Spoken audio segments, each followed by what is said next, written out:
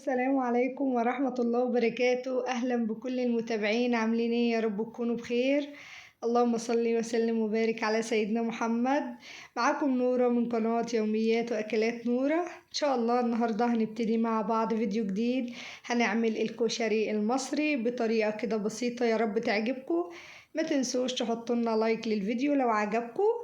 اول حاجه خالص انا جبت ربع كيلو من حمص الشام، وربع كيلو من العدس ابو جبه او العدس البني، ونقعتهم كده في كوبايه ميه كده حوالي ساعتين، من ساعتين لساعتين ونص. نقعتهم الاول وبعد كده طبعا رحت بقى اشوف شغل الشقه وكده، وبعد كده رجعت لهم تاني بعد حوالي ساعتين ونص، من ساعتين ونص لثلاث ساعات.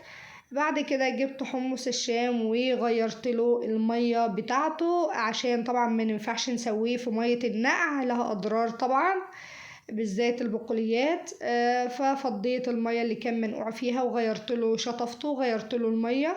وبعدين حطيته كده على النار وحطيت عليه بصلاية مبشورة وطماطماية مبشورة، وحطيت عليه حوالي كمان 4 فصوص من الثوم المفرومين. بس الثوم ده طبعا انا مفرزاه، فجبت يعني قطعة كده من الثوم ما يعادل حوالي 4 5 فصوص، وحطيتهم على الحمص. وحطيت كمان معلقة من الملح، نص معلقة من الكمون، ومعلقة من البابريكا. توابل على حسب ما انت شايفة الكمية عندك. انا عاملة ربع كيلو، انت لو عملتي نص كيلو تقدري تتبليه زي ما انت عايزة. التوابل ملح كمون بابريكا توم وبصلاية مبشورة وطماطماية مبشورة. على فكرة احب اقول لكم ان الحمص ده هو حمص الشام اللي احنا بناكله في الشارع او الحلبسة زي ما بنسميها، وميته بتتشرب وبتبقى طعمة جدا. وبتعززي اللون بشوية بابريكا. وبعد كده هسيبه على النار، وهبتدي أول حاجة بالكشري هبتديها بالبصل، عشان أنا زيت البصل ده هستخدمه في كل الأكلة، في كل حاجة في الكشري. بعد كده جبت المبشرة الأمورة بتاعتي دي وابتديت أعمل البصل حلقات. لو ما عندكيش مبشرة تقدري تعمليه حلقات على ايديكي كده، بس ترفعيها شوية تخليها رفيعة عشان تقرمش كده في الزيت، ويبقى البصل كده مقرمش ولونه ذهبي كده وجميل. فانا استعنت بالمبشرة الحلوة بتاعة البطاطس دي، وعملت البصل حلقات رفيعة زي ما انتوا شايفين كده بالظبط. هجيب بقى كده ايه، طبعا هو عبارة عن حلقات كاملة، فانا حبيت ان انا اعملها انصاص، فجبت السكينة وقطعته انصاص زي ما احنا شايفين كده بالظبط. وبعد كده طبعا هغلفه بمعلقتين من النشا. لو انتي ما عندكيش نشا تقدري تغلفيه بمعلقتين 3 من الدقيق، مش هيقول لا، وبرضه هيقرمش وهيبقى زي الفل. يبقى لو في نشا يبقى تمام، مفيش نشا خلاص هنغلفه بمعلقتين من الدقيق. وده طبعا البصل قلنا ان احنا هنستخدم زيت البصل في كل الاكلة اللي جاية ان شاء الله. بعد كده طبعا هجيب طاسة، اهو جبت طاسة او صينية وحطيت فيها كمية حلوة جدا من الزيت، عشان قلنا الزيت ده هنستخدمه في كل الاكلة، هيديلها نفس كده وطعم احلى من المحلات كمان بكتير، وهتحلفي انك كلت كشري اطعم من بتاع المحل. وبعد كده طبعا بعد ما الزيت سخن نزلت بالبصل الحلقات اللي احنا مغلفينه بالنشا، ولحد وافضل اقلبه كده لحد ما ياخد اللون الذهبي اللي انتوا شايفينه ده. وبعد كده بيبقى الزيت فيه يعني بواقي كده من البصل، بصفيه باستخدام مصفة الزيت، وارجعه تاني على النار واحط فيه باقي الكمية بتاعة البصل لحد برضو ما ياخد معايا اللون الذهبي الغامق ده. تمام، لو حابة تفتحي اللون عن كده براحتك. وده طبعا الزيت بتاع البصل صفيته وهستخدمه في جبت حلتين حطيتهم على النار، حطيت في واحدة شوية زيت من بتاع البصل، وهنزل فيها بالشعرية عشان هنعمل فيها الرز، والتانية هنعمل فيها الصلصة، فحطيت برضو فيها شوية من زيت البصل، وهنزل فيها بحوالي 5 فصوص كده من الثوم. لو انت حابة تعملي صلصة الكشري بالبصل براحتك، تقدري تعمليها ببصل، وبعد ما البصل يصفر بتنزلي عليه بالطماطم. انا عملتها بالثوم، حطيت الزيت وزيت البصل ونزلت عليه بالثوم، اما كده ريحته طلعت كده ودبل. حطيت كمان عليه الصلصة. وفي الحلة التانية طبعا كنت بحمر الشعرية عشان اعمل الرز. تمام، يبقى كده الحلتين محطوطين معايا على النار، واحدة للرز وواحدة لصلصة الكشري. تمام، بعد كده طبعا حبيت ازود كمية الصلصة، فهزود كمان شوية من الصلصة. دي الصلصة اللي انا كنت مفرزاها معاكم على القناة. ان شاء الله اسيبها لكم او تشوفوها تلاقوها موجودة على القناة يعني. وده طبعا الشعرية خلاص اهي بدأت تاخد لون. هنزل عليها بحوالي نقول ربع كيلو من الرز، وعليهم الربع كيلو اللي هو العدس ابو جبة، وعليهم حوالي 200 جرام او 8 كيلو من العدس العادي، العدس الاصفر بتاعنا. يبقى الحلة دي قنبلة، تقدري تعمليها لوحدها، بس يعني تقدري تعملي الحلة دي كشري هي وحلة الصلصة اللي جنبها، ما تعمليش كل الباقي. تمام، حلة فيها شعرية وفيها رز وفيها عدس بجبة وفيها عدس اصفر. هنحيقها بقى ونحط لها كده شوية الملح بتوعها، انا بحب احط لها ملح بس. وهي طبعا واخدة زيت البصل، الشعرية متحمرة في زيت البصل فطعمها تحفة جدا. وحطيت عليهم هوت كمان تقريبا حطيت شوية من الكمون، شوية صغيرين يعني من الكمون، وبعد كده احط لها المية يعني.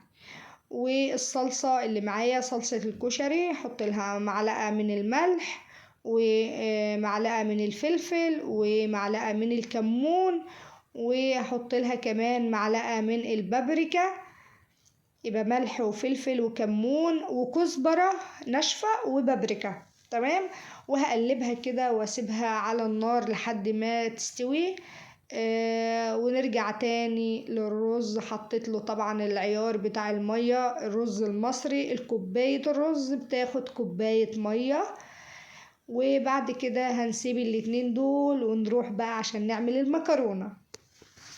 دلوقتي طبعا مية المكرونة كانت خلاص بتغلي، نزلت عليها بمعلقة من الملح، وبعدين حطيت فيها نص كيلو من المكرونة المقصوصة العادية ونص كيلو من المكرونة الاسباجيتي. طبعا الاتنين في حلة واحدة، ما توجعيش راسك وتفضلي تسلقي دي لوحدها ودي لوحدها، الاتنين في حلة واحدة والاتنين هيتسلقوا وهياخدوا نفس النتيجة بالظبط. تمام، بتنزليها يعني 3/4 سوا. وبعد كده طبعا بعد ما المكرونة اتسلقت وصفتها، جبت حلة وحطيتها على النار وحطيت فيها برضو شوية من زيت البصل. مش انا بقول لكم نبتدي بالبصل عشان الزيت بتاعه ده هنعمل بيه كل الاكل. وهقلب المكرونة كده في زيت البصل. شايفين المكرونة يعني مش معجنة ومفيهاش اي غلطة، والاتنين مستويين مع بعض في نفس الحلة. بعد كده طبعا هسيبها على النار تسخن كده. وعايزة اوريكم اول حاجة حطيناها حمص الشام، دايب دوبان وزي الزبدة، اللهم بارك، طعمه تحفة جدا. بعد كده طبعا جبت طاستين وحطيتهم على النار، وحطيت فيهم برضو في كل طاسة معلقتين من الزيت. الطاسة الأولى هنعمل هنا الدقة والشطة، هنعمل شطة الزيت والدقة بتاعة الكشري. حطيت كده معلقتين من الزيت ونزلت عليهم بحوالي 5 فصوص مفرومين من الثوم. وأول ما الثوم كده يبتدي كده يدبل هنزل عليه بشوية من الخل. زيه بالظبط الطاسة التانية فيها شوية من الزيت، وهنزل عليهم كده أول ما الزيت يسخن انزل عليهم بالشطة. شايفين الشطة أول ما نزلت عملت دخان كده، يا ريت تبعدي شوية عن الدخان عشان ما تكحيش يعني. وبعد كده بعد ما تغلي دقيقة كده بنزل عليها بحوالي ربع كوباية كده من الخل. وكذلك التوم، يعني بنحط هنا زيت عليه شطة، وهنا زيت عليه توم، وهنا ننزل بربع كوباية خل، وهنا بربع كوباية خل، وبعدين نبتدي نحيق بقى، نحط ملح فلفل كمون.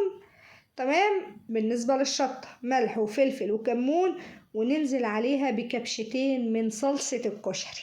تمام. بيخليها لون شكل طعم تحفة جدا. قلتلكوا هنعمل شوية كشري أحسن من بتاع المحلات، وولادي كل يوم هيطلبوه. تمام. يبقى حطيت عليهم كبشتين كده من صلصة الكشري. اما بالنسبة التوم حطيت طبعا التوم زيت، وبعدين التوم، وبعدين ملح وفلفل وشوية كمون، ونزلت عليهم كمان طفيته بالخل كده، وبعد بربع كوباية خل، وبعدين حطيت كوباية من المية، وهنزل عليهم بكبشتين من شوربة أو المية الحمص الشام. مية السلق بتاعت حمص الشام أو الحلبسة اللي احنا عملناها، هاخد منها كبشتين كده واحطها على دقة الكشري، هتديلها طعم ولا أحسن من كده. اهو زي ما احنا شايفين كده، كبشتين من مية الحمص على التوم، وكبشتين من صلصة الكشري على الشطة، هيديلها طعم مفيش أحسن من كده. وكده كل حاجة جهزت معايا. المكرونة تحفة جدا، الرز مفلفل، الصلصة مظبوطة بالشعرة، البصل البصل الناشف المقرمش، ومعايا الدقة، ومعايا الشطة لونها فظيع. بصوا، نص معلقة تقلب الكشري للناس اللي بتحب الشطة بقى. انا عن نفسي بعملها، الولاد بياكلوها بس انا ما باكلهاش لان انا عندي حساسية، فما بعرفش اكل حاجة فيها شطة، بس الولاد عندي بيحبوها. بعد كده طبعا جبت طبق كده من اللي هو الطبق الاستانلس اللي يحسسك ان انتي قاعدة في محل كشري. تمام. وبعد كده حطيت فيه شوية مكرونة كده من النص، وابتديت احط الرز بالشعرية بالعدس، داير ما يدور كده المكرونة. الشكل انت عايزة تغرفي في اطباق صغيرة، عايزة تغرفي في طبق كبير، عايزة شكل تاني، ده براحتك. الشكل ده طبعا جه في دماغي كده وانا بغرف دلوقتي، يعني ما كنتش مرتبة حاجة معينة. يبقى حطيت المكرونة في النص وداير ما يدور الرز، وبعدين شلت شوية بصل حطيتهم فوق المكرونة من فوق، وحطيت كمان شوية داير ما يدور على الرز. تمام. وبعد كده طبعا هحط بقى بلح. ايه ده، الفيديو من طوله بقيت بخطرف بقول كلام. بصوا، حطيت حمص، الحمص المسلوق او حمص الشام، حطيته داير ما يدور كده الطبق، مديني شكل. الله اكبر الله اعظم. مديني شكل وطعم، شكل وطعم الاتنين. وتقدري كده تغرفي شوية على جنب كده، ايه، تشربي المية بتاعتهم كده وتاكلي الحب بتاع الحمص ده، طعمه تحفة جدا. يبقى انا اهو حطيت، ودلوقتي طبعا غرفت شوية من الصلصة وحطيتهم مع الطبق. ودلوقتي طبق الكشري كمل معايا، معايا دقة التوم، ومعايا الصلصة، ومعايا شطة الزيت اللي لونها فظيع، وطبق الكشري الجامد. لو عجبكم الفيديو ما تنسوش تحطوا لي لايك للفيديو. وشكرا للخمسة ستة اللي بيتابعوني، بشكركم جدا من قلبي، بشكركم. وإن شاء الله فيديوهات جديدة يوم بعد يوم.